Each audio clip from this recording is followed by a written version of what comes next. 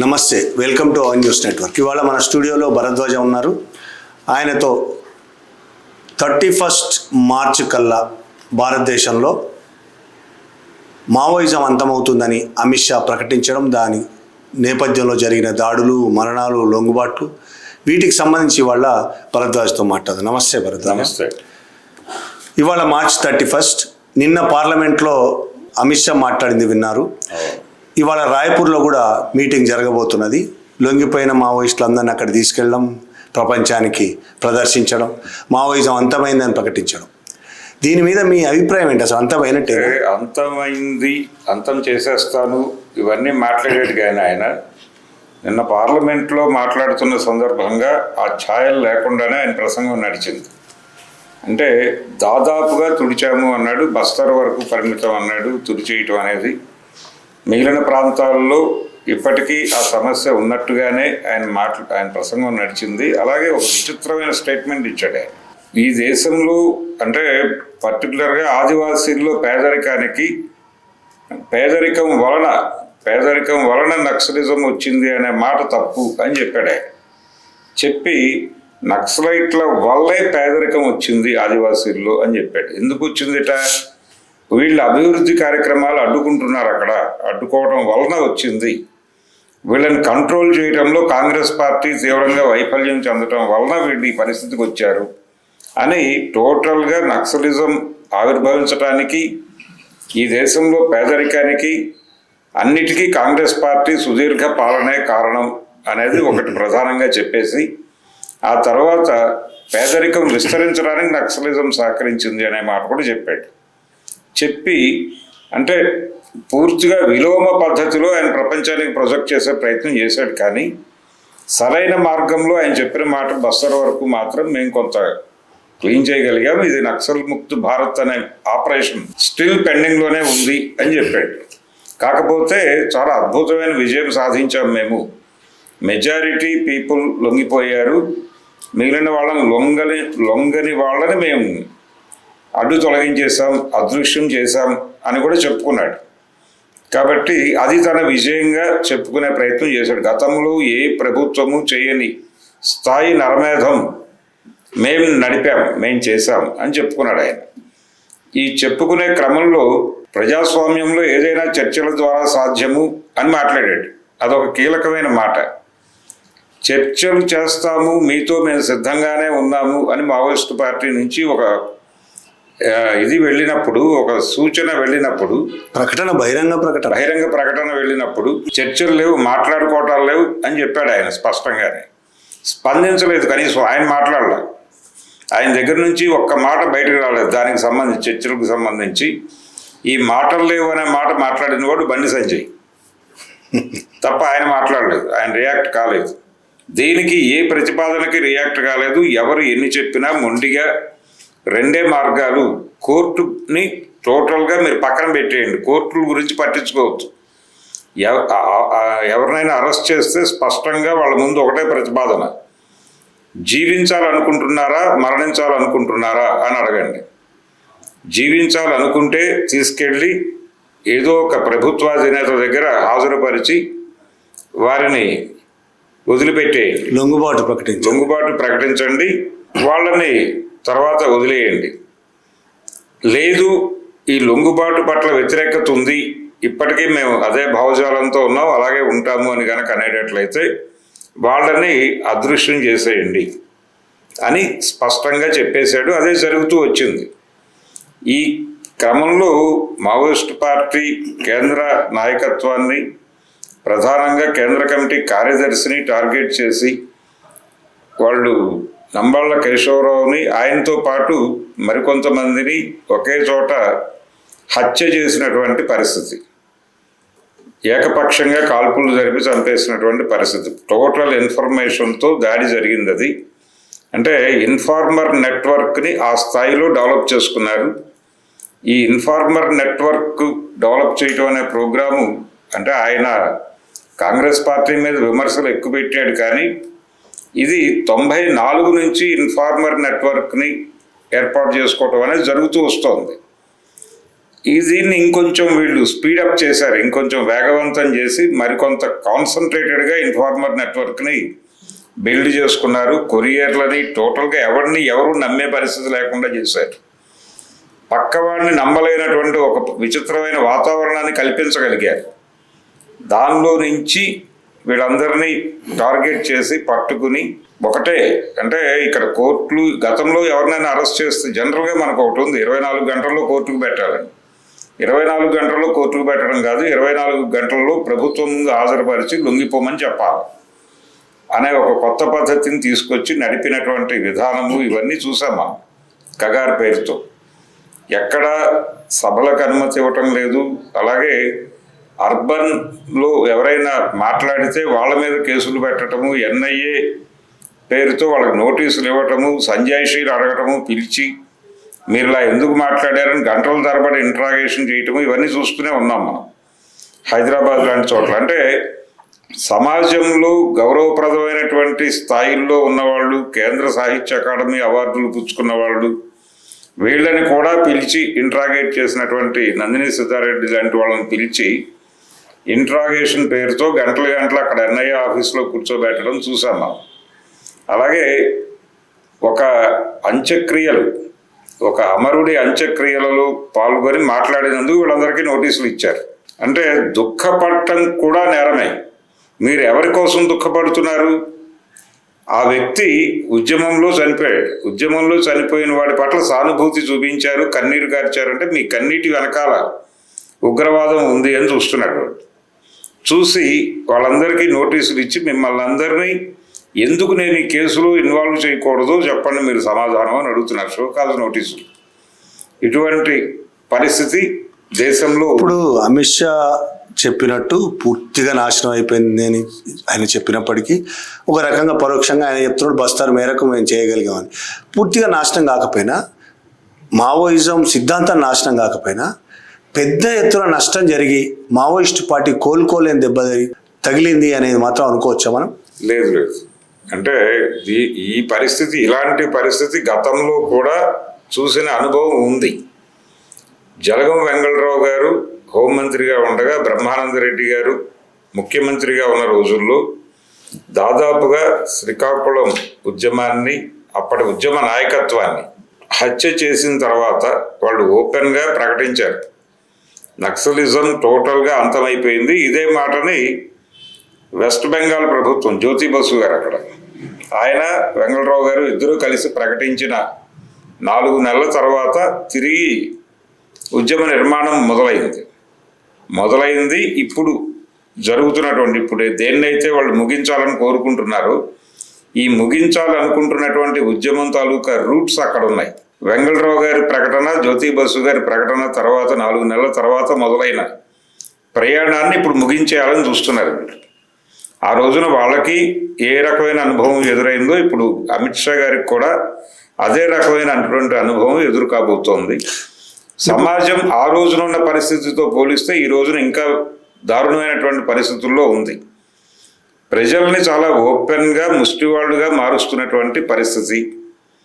కంపార్ట్మెంటాలిటీ అనే పేరుతో కుటుంబాలను విచ్ఛిన్నం చేస్తున్నటువంటి పరిస్థితి. ఇది జనాలతో తిరుగుబాటు చేయించేటువంటి వాతావరణం ఖచ్చితంగా ఉంది. ప్రతి చోట నిర్వాసితుల సంఖ్య పెరిగిపోతుంది. నిర్వాసితుల పేరుతో జనాల్ని ముష్టివాళ్ళుగా మారుస్తున్నారు. జనాల్ని ముష్టివాళ్ళుగా మార్చేటువంటి అభివృద్ధిని నక్సలైట్లు అడ్డుకున్నారు అని చెప్పాడు ఆయన పార్లమెంట్లో. అభివృద్ధి అంటే నమూనా ఏమిటి? విదేశీ పెట్టుబడులు తీసుకురావడమే. విదేశీ పెట్టుబడులు తీసుకొచ్చి కార్పొరేట్లకి ఈ దేశ సంపదను అప్పచెప్పడం అనేది అభివృద్ధిగా చెప్తున్నారు. ఈ అభివృద్ధి పేరుతో వీళ్ళ ఆస్తులు, వీళ్ళ కాళ్ళ కింద భూమి లాగేసుకుని దానికి ఏదో కాంపన్సేషన్ ఇస్తారు. ఆ కాంపన్సేషను ఏదో పద్ధతిలో అయిపోతుంది, అది ఖర్చు అయిపోతుంది, అల్లం బెల్లం పద్ధతిలో. అయిపోయిన తర్వాత వాళ్ళు అక్కడే ఏదో పని చేసుకుని బతకాలి, లేదంటే కనుక ఇంకెక్కడికైనా వెళ్ళి ముష్టెత్తుకుని బతకాలి. ఇలా ప్రజలని అభివృద్ధి పేరుతో ముష్టివాళ్ళుగా మార్చడాన్ని వ్యతిరేకించారు కాబట్టి అభివృద్ధి వ్యతిరేకులు మావోయిస్టులు అనేది ప్రోగ్రాం అలా బ్రాండ్ చేసేటువంటి ప్రయత్నం చేస్తున్నాడు ఆయన. ఇది కార్పొరేట్లకు ఇచ్చిన హామీని నెరవేర్చామని చెప్పాలి ఆయన బహిరంగంగా చెప్పదలుచుకుంటే. ఇప్పుడు అమిత్ షా చెప్పింది పక్కన పెడదాం కాసేపు. నిన్నాక మొన్న గడ్చరీలలో ఉన్న ఒకప్పటి మావోయిస్టు నాయకుడు 45 ఏళ్ల పాటు పనిచేసి ద్రోహం చేసి పార్టీని చీల్చి బయటకు వచ్చి లొంగిపోయిన వేణుగోపాల్ ఒక ఇంటర్వ్యూలో, ఎన్డీటీవీ ఇంటర్వ్యూలో చాలా స్పష్టంగా నక్సలిజం అంతమైపోయింది కదా, రేపు అంతమైపోతుంది కదా అని మొన్న అడిగితే 31గా చాలా ఆనందంగా స్పందించి అవును అంతమైపోయినట్టే, అయిపోతుంది, ఇంకో మార్గం లేదు అని ప్రకటించాడు. ఇంకొకటి వికసిత భారత్లో 2047 టార్గెట్ వికసిత భారత్ భాగస్వామ్యం అవుతామని ప్రకటించాడు. ఇంకా లోతుల్లోకి పోతే లాయిడ్స్ కంపెనీ మీద బ్రహ్మాండమైన లాయిడ్స్ కంపెనీ పొగడ్తలు ఒప్పించాడు. లాయిడ్స్ కంపెనీ మేమందరం యజమానులం అవుతామని. దీన్ని ఎట్లా అర్థం చేసుకోవాలి? నక్సలిజం అమిత్ షా చెప్పాడు సరే, వేణుగోపాల్ కూడా మరో అమిత్ షా అయిపోయాడు అంటారా? దాదాపుగా అదే పరిస్థితి. అంటే తన్మయావస్థలో ఉన్నాడు ఆయన. తన్మయావస్థలో ఉన్నాడు అనేది అర్థమవుతుంది ఆయన ఫేషియల్ ఎక్స్ప్రెషన్స్ నుంచి, ఆయన మాటల నుంచి వికసిత్ భారత్లో భాగస్వామిని అయిపోయాను నేను అని చెప్పడం. అలాగే ఈ పరుగు పందెం వ్యవస్థలో అవకాశం దొరికిన వాడు రాజు అవుతాడు, ఓడిపోయిన వాడు సర్వనాశనం అయిపోతాడు. పరుగు పందెం వ్యవస్థ యొక్క సూత్రం అది. కాబట్టి అందరికీ అవకాశాలు దొరకవు. ఇది కొందరి కోసమే. ఈ పరుగు పందెం అనే పేరుతో పరిగెట్టి అలసిపోయి చచ్చిపోయే వాళ్ళ సంఖ్య అధికంగా ఉంటుంది. అందుకని పరుగు పందెం వ్యవస్థని మనం వ్యతిరేకించాలి అని లిబరలైజ్డ్ ఎకానమీ వచ్చినప్పుడు ఆనాటి పీపుల్స్ వార్ పార్టీ ప్రకటించినటువంటి ప్రకటనలో ఉన్న సారాంశం. దాన్ని తిరగేసి చెప్పాడు ఆయన. తిరగేసి చెప్పి మేము పాల్గొంటున్నాం, మేము యజమానులం అవుతాం అని మాట్లాడాడు. లాయిడ్స్ కంపెనీలో మేము స్టేక్ హోల్డర్స్ అన్నాడు. మేము స్టేక్ హోల్డర్స్, ఈ రోజు రేపు మేము యజమానులు కూడా కావచ్చు. ఆ లాయిడ్స్ కంపెనీకి వ్యతిరేకంగానే ఆయన పోరాడింది చాలా ఏళ్ల పాటు. అవును, గడ్చరలిలో. ఆ మధ్యకాలంలో ఆయన దానికి మార్కెటింగ్ వ్యవహారాలు, విస్తరణకు సంబంధించిన ఆపరేషన్స్ చూసే ఏజెంట్గా నియమితులయ్యారు అని ఒక ప్రకటన వచ్చింది. బ్రాండ్ అంబాసిడర్గా వచ్చినప్పుడు ఆయన ఖండించాడు.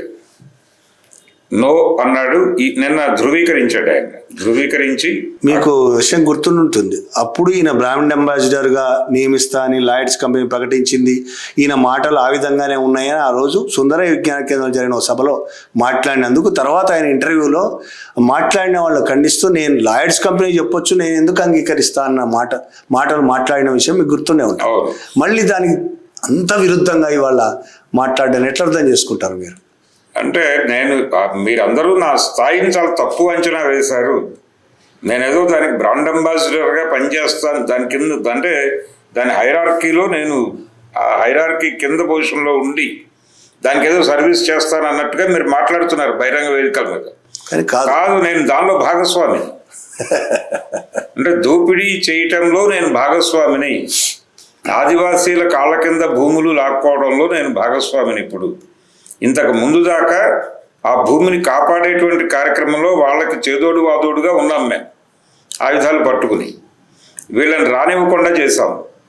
ఇప్పుడు ఆ భూమి ఇవ్వటంలో వాళ్ళని అవసరమైతే ఎక్కడ ఏ పాకెట్స్లో ఎంతమందిని ఎలా డిస్లొకేట్ చేయాలి, దీన్ని కంట్రోల్లోకి తీసుకోవడానికి చేయవలసినటువంటి అంటే తన సుదీర్ఘ అనుభవాన్ని రంగరించి వాళ్ళకి సలహాలు చెప్పడం ద్వారా ఆదివాసీ ప్రపంచాన్ని టోటల్గా పక్కకి నెట్టి వాళ్ళ కాళ్ళ కింద భూములు కార్పొరేట్ కంపెనీకి కట్టబెట్టేటువంటి కార్యక్రమంలో ఆయన్ని భాగస్వామిగా చేర్చుకున్నారు. ఇది అత్యంత నైపుణ్యంతో నిర్వహిస్తే ఈ ప్రాంతపు ఫ్రాంచైజీ నాకే ఇస్తారు, నేను యజమానినప్పుడు. అలాంటి స్థాయిలో ఉన్నటువంటి నన్ను పట్టుకుని జస్ట్ ఒక చిన్న ఎంప్లాయీ టైప్లో మాట్లాడి నన్ను అగౌరవపరిచారు వీళ్ళు సుందరయ్య విజ్ఞాన కేంద్రంలో జరిగినటువంటి మీటింగ్లో అనేది ఆయన ఆవేదన. దాన్ని అలా అర్థం చేసుకోవాల్సినటువంటి అవసరం ఉంది. సరే, ఇప్పుడు మళ్ళీ ఈ విషయానికి వస్తే మొత్తంగా మావోయిస్టు భావజాలం సరే దెబ్బతిన నాశనం కాకపోవచ్చు, మళ్ళీ పురోగమించవచ్చు, కానీ ఇవాళటికి మాత్రం నిర్మాణ పరంగా తీవ్రమైన నష్టం వచ్చినట్టేనా? నిర్మాణ పరంగా నష్టం ఉన్నమాట వాస్తవం. దీన్ని ఎట్లా కవర్ చేయాలి, జరిగిన లోపాలు ఏమిటి, ఈ పరిస్థితి రావడానికి సంబంధించి ఇటువైపు నుంచి అంటే శత్రువు నైపుణ్యం వలన ఇదంతా సాధ్యమైందని అనుకోలేము. కౌంటర్ ఇంటెలిజెన్స్ ఇలాంటివి డెవలప్ చేసుకోకపోవడము. అంటే వేణుగోపాల్ కూడా ఈ మొత్తానికి కారణం, ఆయన కూడా ఒక కారణం అవ్వచ్చు కదా. డెఫినెట్గా అంటే రూటెడ్గా జరిగింది, ఆయన ఒక రోజుతో చేసింది కాదు. ఆయన కావచ్చు, ఆసన్న కావచ్చు, వీళ్ళు ప్రభుత్వంతో దశల వారీ చర్చల్లో వెళ్ళి ఆ చర్చల్లో భాగంగా చాలా సమాచారం ఇచ్చి, అంటే ఒక స్కెలిటన్ అర్థం చేయించారు వాళ్ళు. ఈ స్కెలిటన్ అర్థమైతే చాలు, వాళ్ళకు ఉన్నటువంటి మెకానిజంలో వాళ్ళు ఆపరేషన్ చేయగలరు. అలా వీళ్ళు ఇచ్చిన స్కెలిటన్లో నుంచి జరిగినటువంటి నష్టాలు, ఆ నష్టాలను అనుభవిస్తున్న వాళ్ళు మాట్లాడుతున్న మాటలు, వాళ్ళని టార్గెట్ చేస్తున్న విధానం, ఇవన్నీ చూస్తున్నాం మనం. అందుకని వీళ్ళు చేసిన నష్టం చిన్నదేం కాదు, చాలా భారీ ఎత్తున నష్టపరిచారు. ఆ తర్వాత కూడా అంటే దాదాపు చాలామందికి సంబంధించి ఎటు నుంచి ఎటు వెళ్తోంది, ఎక్కడెక్కడ వేఅవుట్స్ ఉన్నాయి, ఎక్కడికి వెళ్ళలేని పరిస్థితులు ఉన్నాయి దాకా వీళ్ళు టోటల్ స్కెలిటన్ని ప్రభుత్వానికి అప్పచెప్పారు. ఆ అప్పచెప్పిన స్కెలిటన్ ఆధారంగానే తర్వాత కార్యక్రమాలన్నీ జరిగినాయి. మీకు వీళ్ళు సరెండర్ అయిన తర్వాత వేగం పుంజుకుంది కగార్ ఆపరేషన్. అది కీలకం. మీకు సరెండర్లు కావచ్చు, లేకపోతే దాడులు కావచ్చు. అసలు మూకుమ్మడి సరెండర్లు అనేది వేణుగోపాల్తో స్టార్ట్ అయింది. వేణుగోపాల్ దానికి అంకురార్పణ జరిపి ఆయనే ఆయన కొబ్బరికాయ కొట్టాడు. ఆ కొబ్బరికాయ కొట్టిన రోజే ఆయన మనసులో అనుకున్నాడు, మనకు సినిమా లాంగ్వేజ్లో కొబ్బరికాయ కొట్టడం అంటే సినిమా ప్రారంభించడం, గుమ్మడికాయ కొట్టడం అంటే ముగించటం. కాబట్టి కొబ్బరికాయ కొట్టిన రోజే నేను మీతో గ్యారంటీగా గుమ్మడికాయ కొట్టిస్తానని కూడా హామీ ఇచ్చాడు వాళ్ళు అమిత్ షాకి. ఆ ఇచ్చిన గుమ్మడికాయని నేను కొట్టించే ప్రయత్నంలో ఉన్నాను, సక్సెస్ అయిపోయాను, నేను రేపు ఎల్లుండి కొట్టించేస్తాను అని ఉత్సాహంగా మాట్లాడాడు ఆయన ఎన్డీటీవీ. కాబట్టి ఆయన పాత్ర గణనీయంగా ఉంది. ఈ ఉద్యమాన్ని రూపుమాపటం అనే కార్యక్రమాన్ని ఆయన టార్గెట్గానే చేసినట్టుగా మనకు అర్థమవుతుంది. అందుకని ఆయన కావచ్చు, ఆసన్న కూడా, ఆయన కూడా మాట్లాడాడు. అంటే ప్రభుత్వం అభివృద్ధి కార్యక్రమాలు చేస్తుంటే, అంటే మైనింగ్ లాంటివి ఈ దేశానికి అవసరం కదా, దాన్ని అడ్డుకుంటే ఎలా అని మాట్లాడాడు ఆయన ఓపెన్గానే. అంటే అభివృద్ధిని అడ్డుకోవద్దు అంటే, ఇప్పుడు మనం ఎవరు అభివృద్ధిని అడ్డుకోమని చెప్పటం లేదు. ఈ దేశంలో పేదల నుంచి భూములు తీసుకుని కార్పొరేట్ కంపెనీలకు ఇస్తున్నారు. కానీ ఇస్తున్నప్పుడు వీళ్ళకి ప్రాధాన్యత ఇచ్చి కదా వాళ్ళు కంపెనీని నడపాల్సింది. అలాంటి మెకానిజం ఎక్కడైనా ఉందా ఈ దేశంలో? అభివృద్ధి నమూనానే అసలు వాళ్ళ భూములు తీసుకెళ్ళి మైనింగ్ కోసం అదానికో అంబానీకో లేకపోతే విదేశాలకు ఇవ్వడం అనేది అభివృద్ధి అయితే, అసలు పేదల అభివృద్ధి గురించి అభివృద్ధి నమూనాలో తేడా ఉంది కదా. అసలు వీళ్ళు లేరు సెంటర్లో. అక్కడ డెవలప్మెంట్ మోడల్లో పేదలు లేరు, భూములు ఇస్తున్న వాళ్ళు లేరు. అక్కడే కాదు, అడవుల్లో మాత్రమే కాదు, మైదానాల్లో కూడా ల్యాండ్ పూలింగ్ చేస్తున్నారు. ఈ ల్యాండ్ పూలింగ్ చేసి కార్పొరేట్లకు ఇవ్వడం కోసం ప్రభుత్వాలు ల్యాండ్ బ్యాంకులు పెంచుకుంటున్నాయి. ఈ పెంచుకుంటున్న ల్యాండ్ బ్యాంకులు జనాల నుంచి తీసుకున్నటువంటి భూముల్లో పెట్టే కంపెనీల్లో వీళ్ళకి దొరికేటువంటి ఉద్యోగాలు ఏమిటి? చప్రాసీ ఉద్యోగాలు, టాయిలెట్లు క్లీన్ చేసే ఉద్యోగాలు, టీలు కాచి పోసేటువంటి ఉద్యోగాలు, ఆ కంపెనీ బయట టీ కోర్టులో, టిఫిన్ సెంటర్లో పెట్టుకునే అవకాశాలు. ఇంతకు మించి ఆ కంపెనీలో హయ్యర్ ఏరియాలో ఉపాధి దొరికేటువంటి అవకాశం ఉండదు వాళ్ళకి. ఇప్పుడు ఫార్మా క్లస్టర్ల పేరుతో పెడుతున్నారు చాలా చోట్ల భూములు లాక్కుని. పెట్టినప్పుడు అది ఆ ప్రాంత ప్రజల అభివృద్ధికి దోహదపడాలి అంటే ప్రభుత్వ పాలసీలోనే ఒక మార్పు ఉండాలి. అదేమిటి ఆ మార్పు అంటే, ఆ ప్రాంతంలో ఉన్నటువంటి గ్రాడ్యుయేట్స్లో ఆ కంపెనీకి ఉపయోగపడే వాళ్ళు ఎంతమంది అనే డేటా తీసుకొని, ఆ డేటాలో వచ్చిన వాళ్ళందరినీ పిలిచి కూర్చోబెట్టి ఈ కంపెనీకి కావలసినటువంటి ఉద్యోగుల్ని తయారు చేయాలి. వీళ్ళ నుంచి తయారు చేసి వీళ్ళకి రిక్రూట్మెంట్ అయిన తర్వాత బ్యాలెన్స్ మిగిలిన మాత్రమే బయట నుంచి రిక్రూట్మెంట్లు చేయాలి. అలాంటి హామీ ఇస్తూ అలాంటి మోడల్ ఎక్కడైనా ఉందా ఈ దేశంలో అంటే లేదు ఖచ్చితంగా. ఇంకోటి, ఇంత గతంలో వీళ్ళు లొంగిపోక ముందు వీళ్ళు భూములు లాక్కోవడం, పేదల నుంచి భూములు లాక్కోవడం విషయాన్ని చాలా తీవ్రంగా వ్యతిరేకించిన వాళ్ళు ఈ మధ్యకాలంలో జరిగిన ఇంటర్వ్యూల్లో ఇద్దరు, అటు వేణుగోపాల్ ఇటు వాసుదేవరావులు కూడా భూములు తీసుకోకపోతే అభివృద్ధి ఎలా జరుగుతుందని మాట్లాడారు. మీకు గుర్తుండే ఇంత దారుణంగా దిగజారుడా? అంటే భూములు ఇప్పించడం కోసం, అంటే పేదలని భూముల మీద యజమానులుగా నిలబెట్టడం కోసం, ఈ దేశంలో దున్నేవాడిదే భూమి అని భూస్వాముల నుంచి భూమి రైతు కూలీలకు ఇప్పించటం కోసం మొదలైన ఉద్యమంలో నుంచి పుట్టినటువంటి వాళ్ళు వీళ్ళు. ఇప్పుడు ఆ నైపుణ్యాన్ని ఆ భూముల నుంచి పేదల్ని బయటికి వెళ్ళగొట్టడానికి వాడేటువంటి ప్రయత్నానికి వచ్చారు. కాబట్టి ప్రజలు వాళ్ళని ఏం చెయ్యాలి అనేది ఆలోచిస్తున్నారు. కానీ ప్రజలలో ఇప్పటికీ మామూలు మనుషుల్లో ఇప్పటికీ ఆ పార్టీ పట్ల, ఆ ఆలోచన విధానం పట్ల సానుభూతి విపరీతంగా ఉంది అనేది చాలా సంఘటనల్లో అర్థమవుతోంది.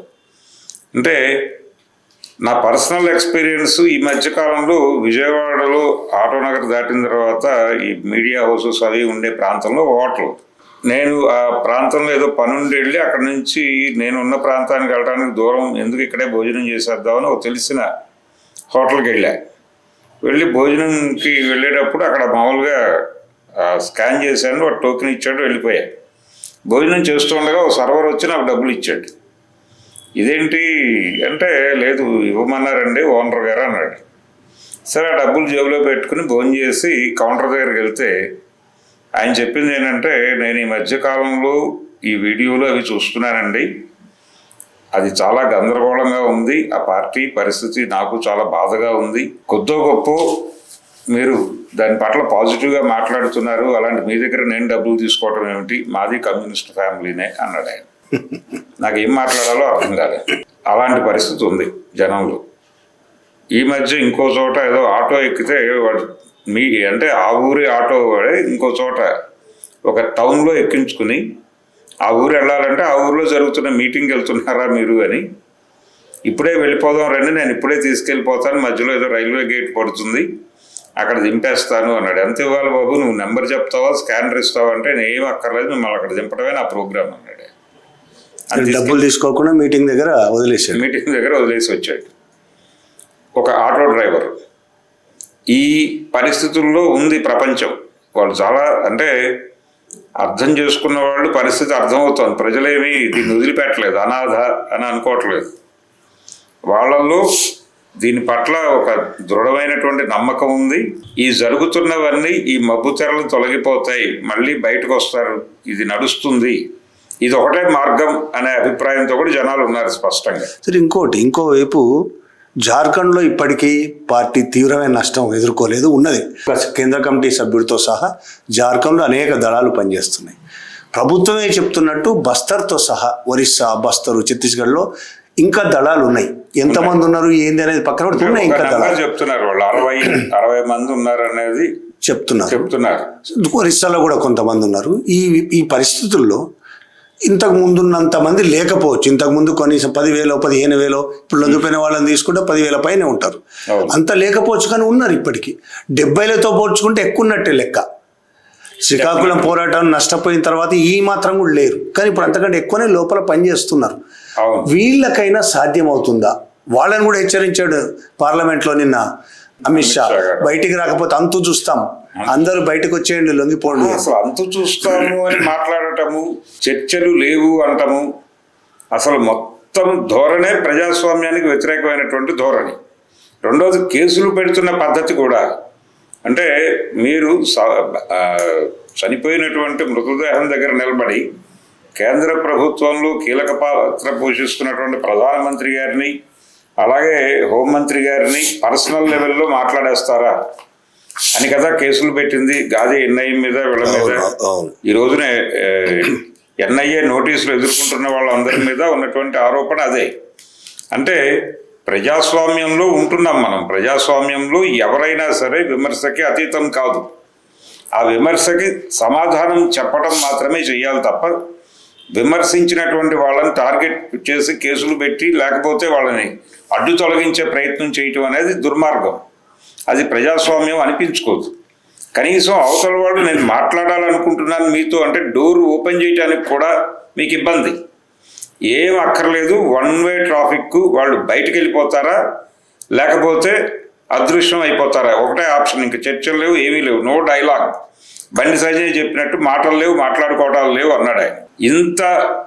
దీన్ని ప్రజాస్వామ్యం అంటారా అనేది ఇప్పుడు ప్రజాస్వామ్యం గురించి చాలామంది మాట్లాడుతున్నారు.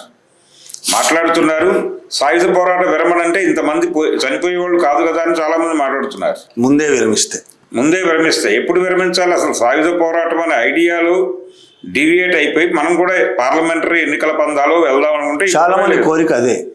ఇప్పటికీ బయట ఉన్న మేధావులు చాలామంది కోరిక సాయుధ పోరాటం వదిలేసి పార్లమెంటరీ పందాకు రావాలనేది వాళ్ళ కోరిక. పార్లమెంటరీ పందా అంటే ఈ నష్టాలు ఉండకూడదు. ఉద్యమం అన్న తర్వాత నష్టాలు అనివార్యంగా ఉంటాయి. అంటే చనిపోతున్నారు కాబట్టి అని బాధపడుతూ వస్తే బాగుండని కోరుకునే వాళ్ళు సిన్సియర్గా కొంతమంది ఉండొచ్చు. ఉన్నారు. కానీ వీళ్ళందరినీ పార్లమెంట్లోకి లాగేస్తే ఓ పని అయిపోతుంది అనుకునే వాళ్ళు కూడా చాలామంది ఉన్నారు. పార్లమెంట్లోకి పంపించడం కన్నా కూడా వీళ్ళని పోరాట విరమణ అంటే సాయుధం అనేది పక్కన పెట్టేస్తే వీళ్ళు మాట్లాడుతున్న మాటలేంటి? వీళ్ళు ఎప్పుడు ఆయుధాలు పట్టుకున్నారు? అసలు అవతల వాడు ఆయుధాలతో మీద పడ్డప్పుడు అడ్డుకోవడం కోసం ఆత్మరక్షణ తప్ప వీళ్ళు దాడులు చేయటం కోసం ఆయుధాలు పట్టుకున్నారనే మాట బూటకం. సరే, ఇంతకు ముందే నేను అడిగినట్టు 200 మందో 300 మందో జార్ఖండ్తో కలుపుకున్న 400 మందో ఉన్న ఈ పరిస్థితుల్లో సాధ్యమవుతుందా? ఈ కగార్ కంటిన్యూ అవుతుంది అనేది అర్థమవుతుంది. 31st వాడు ఎన్ని చెప్పినా కగార్ కంటిన్యూ అవుతుంది. ఈ దేశ ప్రజలతో యుద్ధం చేస్తోంది ప్రభుత్వం. ఈ దేశ ప్రజలతో అభివృద్ధి అనే పేరుతో యుద్ధం చేస్తున్నామని స్పష్టంగా చెప్పారు. ఈ అభివృద్ధిని అడ్డుకుంటున్నారు వీళ్ళు అని చెప్పాడు ఆయన స్పష్టంగానే. ఈ అభివృద్ధి వ్యతిరేకుల్ని మేము అడ్డు తొలగిస్తాం, ఇందులో వెనుకంజ లేదు అని ప్రకటించాడు. ఈ వెనుకంజ లేదు అనే మాట ఆయన చాలా స్పష్టంగా చాలా కాలం నుంచి మాట్లాడుతున్నాడు. అందులో భాగమే అవతల వాళ్ళు కూడా తేల్చుకోవడానికి సిద్ధపడుతున్నారు. ఏది మావోయిస్టు పార్టీ క్యాడర్ మాత్రమే కాదు, ప్రజల్లో కూడా అసహనం ఉంది, ప్రజలలో కూడా చిరాకు ఉంది. చాలా స్పష్టంగా కార్పొరేట్ సోషలిజం అనే ప్యాటర్న్లోకి తీసుకెళ్తున్నారు వీళ్ళు సమాజాన్ని. మీ ఆస్తులని అంటే మా పరం చేయండి, మీకు వ్యక్తిగత ఆస్తి హక్కు రద్దయిపోతుంది త్వరలో. ఎవరికి వ్యక్తిగత ఆస్తులు ఉండవు. ప్రతి ఆస్తి ఈ దేశంలో ఉన్న సంపద అంతా కార్పొరేట్లకే ఇచ్చేస్తాం. మీకు పొద్దున మధ్యాహ్నం రాత్రి భోజనం పెట్టి రాత్రి పడుకోవడానికి ఒక నీడ చూపిస్తాం. ఇది ప్రోగ్రాం. ఈ ప్రోగ్రాంలోకి ఈ ప్యాటర్న్లోకి దేశాన్ని తీసుకెడుతున్న పరిస్థితి అర్థమవుతోంది జనాలకి. అర్థమవుతున్నటువంటి సందర్భంలో వ్యతిరేకత పెరుగుతోంది. ఇది ఇంకొంచెం పెరుగుతుంది, వేడెక్కుతోంది సమాజం. ఆ వ్యతిరేకతను ఉపయోగించుకోగలిగే స్థాయిలో రేపు ఒక విప్లవ పార్టీ ఉంటుందా? డెఫినెట్గా ఉంటుంది, డెఫినెట్గా ఉంది. ప్రజల్లో ఆశ ఉంది, ప్రజలలో ఆశ ఉంది. మనం గనక రోడ్డు మీదకి వస్తే మనతో పాటు వీళ్ళు నిలబడతారు. ఆ నిలబడేందుకు వీళ్ళందరూ ఉన్నారు అనేటువంటి భరోసాతో ఉన్నారు. అలాగే దీని మీద విషయం కక్కుతున్నటువంటి ప్రతి ఒక్కళ్ళని వాళ్ళు గమనిస్తున్నారు. అది మల్లోజుల వేణుగోపాల్ కావచ్చు, ఆసన్న కావచ్చు, వీళ్ళందరినీ గమనిస్తున్నారు. ఎవరిని ఎలా ఏం చేయాలి అనేది ఎవరి పద్ధతిలో వాళ్ళు వ్యూహరచనలో ఉన్నారు. అయితే నమ్మకాలు సడలిపోయినటువంటి పరిస్థితులు ఇంకా ఎట్టి పరిస్థితుల్లోనూ ఈ దేశంలో ఏమీ లేదు అని వాళ్ళు బలంగా నమ్ముతున్నారు. అయితే పరిస్థితులకు తగ్గట్టు మార్పులు చేర్పులు చేస్తూ ఉద్యమాన్ని ముందుకు తీసుకెళ్ళగలిగిన కొండపల్లి సీతారామయ్య లాంటి వాళ్ళు మళ్ళీ అట్లాంటి సిద్ధాంత పరిజ్ఞానం కానీ ఆచరణ విషయంలో కానీ అట్లాంటి వాళ్ళు మళ్ళీ ఎవరైనా వచ్చే అవకాశం ఉందా? ఉన్న వాళ్ళలో ఎవరైనా ఉన్నారా? అట్లా లేదు, ఉద్యమమే వాళ్ళని పుట్టించుకుంటుందా? అంటే చాలా కాలం ముందు నుంచే ఈ చర్చ జరుగుతోంది. అంటే ఏ సమూహాల్లోకి ఎట్లా రిట్రీట్ కావాలి, ఈ రిట్రీట్ కావడానికి సంబంధించినటువంటి కార్యక్రమాల రూపకల్పన, వీటికి సంబంధించి ఆల్రెడీ కొంత ఆలోచన నడుస్తున్నట్టుగానే మనకి ఈ మధ్య సరెండర్ అయినటువంటి వాళ్ళు మాట్లాడుతున్నది చూస్తే అర్థమవుతోంది. కానీ ఫెయిల్ అయ్యారు మొత్తానికి. ఒక నిర్ణయం తీసుకున్నారు, దాన్ని అమలుపరచడంలో ఫెయిల్ అయ్యారు. రకరకాల అంటే శత్రు సామర్థ్యం వలన దొరికిన గెలుపు కాదు ఇది. పార్టీ వైపు నుంచి దొరికినటువంటి అనేక పొరపాట్ల వలన కూడా, అంటే లిబరలైజ్డ్ ఎకానమీ రావటానికంటే ముందు ఏమేం జరుగుతాయో చాలా సాహిత్యం వచ్చింది. కానీ వచ్చిన తర్వాత దాన్ని ఎలా అడ్డుకోవాలి అనేటువంటి మెకానిజం ఏర్పాటు చేసుకోవటంలో ఫెయిల్ అయింది. దాని తాలూకా వైఫల్యమే ఇప్పుడు చూస్తున్నాం. ఇది ఊహించని వ్యవహారం కాదు. వాళ్ళు ఈ దేశంలోకి పెట్టుబడులు ఆహ్వానించడం మొదలుపెట్టిన రోజే ఆ పెట్టుబడిదారులకి హామీ ఇస్తారు, ఈ దేశంలో ఉద్యమకారుల్ని మేము చంపేస్తామని. ఆ వైఫల్యంలోంచి పుట్టిన వక్ర శిశువే వేణుగోపాల్ లాంటి వాళ్ళు. డెఫినెట్గా వాళ్ళిద్దరూ అదే కార్యక్రమంలో ఉన్నారు. అంటే ఇమేజ్ని ప్రజలు తమకి నిర్మించి ఇచ్చినటువంటి ఇమేజ్ని క్యాష్ చేసుకునేటువంటి ప్రయత్నంలో ఉన్నారు. అది ప్రజాద్రోహం. ప్రజలు మిమ్మల్ని కాపాడటం కోసం మీకు భోజనం పెట్టి కేసుల్లో ఉన్నారు, మీకు షెల్టర్లు ఇచ్చి జైళ్లలో మగ్గుతున్నారు, మీకు రక్షణ ఏర్పాటు చేసి మీ వివరాలు చెప్పకుండా మీరు ఆ ప్రాంతంలో తచ్చాడి వెళ్ళారు అని తెలిసి పోలీసులు దాడులు చేసి, భద్రతా దళాలు దాడులు చేసి అడిగితే చెప్పనందుకు గాను కేసులు పెట్టించుకుని జైళ్లలో మగ్గుతున్న వాళ్ళు ఉన్నారు. వీళ్ళందరికీ సంజాయిషీ చెప్పాల్సిన అవసరం ఉంది. వాళ్ళిద్దరికే కాదు, లొంగిపోయినటువంటి ప్రతి ఒక్కరికి ఆ ప్రజల పట్ల బాధ్యత ఉంది. జైళ్లలో ఉన్నటువంటి క్యాడర్, సింపథైజర్లు, వీళ్ళందరి బాధ్యత ఉంది వాళ్ళకి. దానికి సమాధానం చెప్పాక ఆయన లాయిడ్లో యజమాని అవుతాడా లేకపోతే ఇంకొక 50 కంపెనీలు కొంటాడా అనేది వేరే గొడవ. ముందు వీళ్ళకి సమాధానం చెప్పాలి. రెండోది, ప్రభుత్వం లోపల ఉన్న వాళ్ళందరి ఛార్జ్ షీట్లు పరిశీలిస్తే దానిలో బ్రెయిన్ బిహైండ్గా ఈ సరెండర్ అయిన వాళ్ళందరి పేర్లు ఉన్నాయి. కాబట్టి జనరల్గా న్యాయశాస్త్రం ప్రకారం బ్రెయిన్ బిహైండే కీలకం, ఆచరించిన వాళ్ళు కాదు. మర్చిపోయాను, మొన్న మీరు మాట్లాడిన వీడియో తర్వాత ఏది ఖైదీల విడుదలకు సంబంధించి శ్రీకాకుళంకి సంబంధించి ఒక కేసు మాట్లాడారు. అవును. ఆయన ఇప్పుడు ఎవరి కోసం అయితే ఈయన అరెస్ట్ అయ్యాడో ఆయన ఇప్పుడు లొంగిపోయినట్టు ప్రకటన వచ్చింది. దీని మీద ఏంటి చెల్లూరు నారాయణ, మీరు అసలు దాని గురించి ఏంటి, మీరు ఏం చెప్తారు? అంటే ఆ రోజున వచ్చిన సమాచారం ప్రకారం అది నిజమే అని ఈరోజు ప్రూవ్ అయింది. అంటే ప్రతిరోజు ఈ సరెండర్ ఈరోజు జరగలేదు అంటే అరెస్ట్ అవ్వలేదా, మనకు వచ్చిన సమాచారం తప్ప ప్రభుత్వం వాంటెడ్గా లీక్ చేసింది సమాచారం.